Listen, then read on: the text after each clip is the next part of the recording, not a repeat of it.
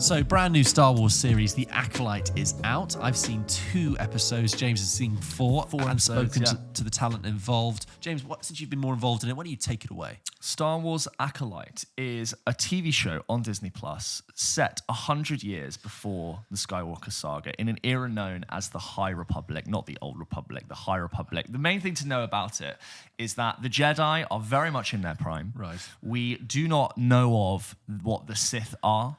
This is a period of Star Wars history where the dark side of the Force was very subdued and unknown. We meet a character called May, who is confronted by a couple of Jedis from Coruscant who have come to arrest her because Jedi. There has been a murder of multiple Jedi across the universe, and she has been accused of having committed this murder.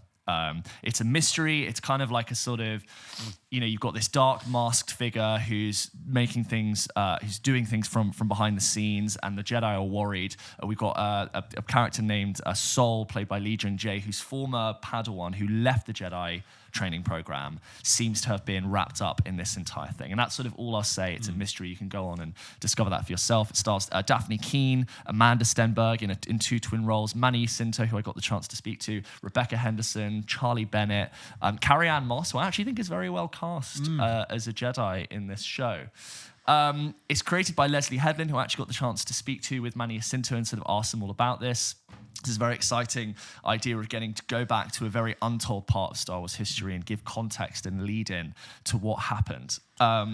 Just on the look and feel of this show, I'll be honest, when I first got up the episode, bear in mind I got sent an advanced screener, so I am watching it on a laptop, but still fine. The first time I watched it, something about it felt different, felt a little bit cheaper, and the vibe that came into my head was naughty CW TV show.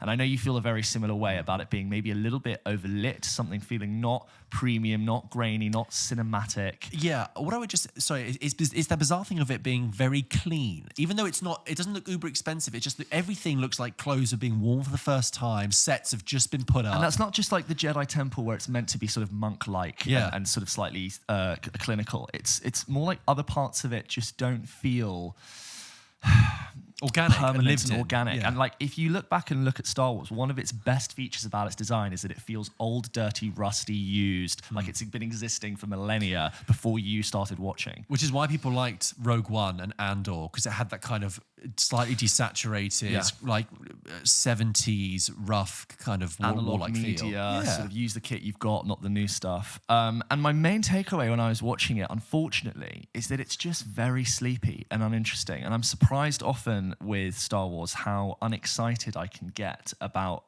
a limited series telling a story about an IP I really care about. And I think there's certain elements I like of it. I think Sol is an interesting character and he does well. I always enjoy seeing Carrie-Anne Moss.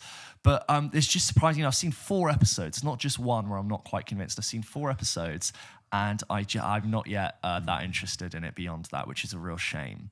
Yeah, the thing is, from the get-go, you've been slightly more open to this than I have. But I went along to the premiere and we watched the first 2 episodes. And yes, first of all, I had that experience with the aesthetic. By the way, the seeing it in a cinema really helped it. I think. Oh, right. So like exactly. It would most things. So I was seeing it in the best environment possible. Yeah.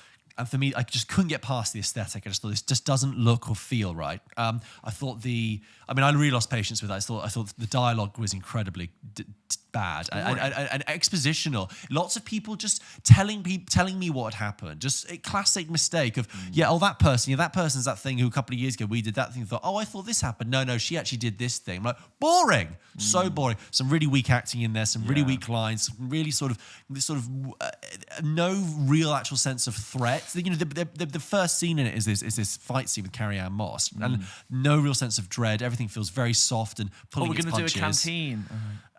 And I just thought this doesn't look right. You know what? Weirdly, the sort of disposable nature of some of the dialogue and the scenes reminds me of watching a very average series of 25 episodes from 20 years ago. You know, when shows were really long, we had a lot more time to do things out. And I'm always like, you've got a really shit-hot 8-episode limited series from the biggest media conglomerate on the planet, with infinite budget, or not infinite, but like, this thing's expensive. Like, come on, compact it, make stuff happen, make it relevant. There's a number of scenes in like the 3rd and 4th episode where I just go, what was that?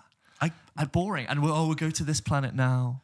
And then we'll ask this person something. They're running away. But that's exactly how I felt with the Obi-Wan Kenobi series, really. And that was only 6 episodes. And even that, I felt, whoa, they really stretched that out. There are great moments in Obi-Wan Kenobi, but Yes, the middle... yes, don't get me wrong. I think the ending of Obi-Wan Kenobi is actually really, really well done. Would have been a better movie. Would have been a better movie. But like in the middle, you're like, really? Yeah. I think this is... I said this to George the other day. This is what... annualizing your intellectual property looks like when you need to create yearly, whether it's films, TV shows, if it's Mandalorian, if it's this, that's what happens. It dilutes, it ever so slightly taints. The more and more Star Wars we make that isn't of a higher quality, the less special Star Wars feels, the less essential, the less important, the less urgent it feels to watch it. And I can't express enough how when that first trailer came out for Force Awakens, I never felt more rewarded for having been a fan. And I never felt this sense of urgency to really care and to want to see it. And that effect is just becoming a photocopy of a photocopy of a photocopy. To the point where I should be really excited about a dedicated high-budget miniseries of Star Wars that I can watch week to week, and I'm just not. It's a real shame. But that series is now out this week. Please go and watch it and let us know your thoughts. I will finish it. I mean, and come back. please let us know your thoughts. I mean, it'd be good to know if other people are feeling differently about it. But we went to that screening. We have like friends now we've met through doing these things who are real deep like sci-fi and Star Wars fans, and they are bigger nerds than us. People who. Like they came away equally as deflated. Really, if you're not getting the nerds, then what?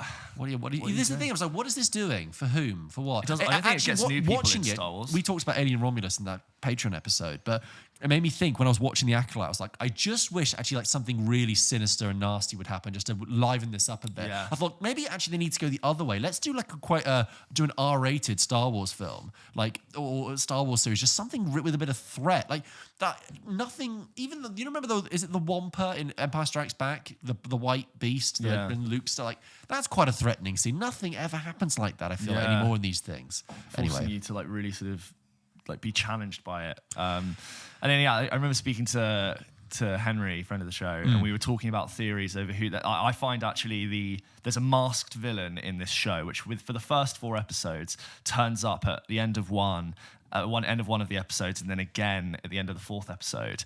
And I just find the idea of a masked villain really cliche that's been done 1,000 times. Like Ugly Betty has done it. Star Wars has done it. Ugly Betty? Oh, yeah. A masked villain? It's just like a TV trope. You have like a masked villain in the shadows doing things to string you along. Yeah, totally. And me and Henry talk about like theories of who it could be, but then we just were like, well, actually, I just don't care. It's not giving me anything to really be that interested in it. That's not enough to put someone behind a mask to say scary things at the end of the episode for me to be like so compelled by it. As we said, that's just my 4 episodes impressions from me, 2 from George. We do have 4 more episodes, which I can't watch, till they come out on weekly on Disney Plus. But I will get back to it. I do want to finish it because I've started it and I've given impressions on it. But so far, 4 episodes and I'm not into it yet.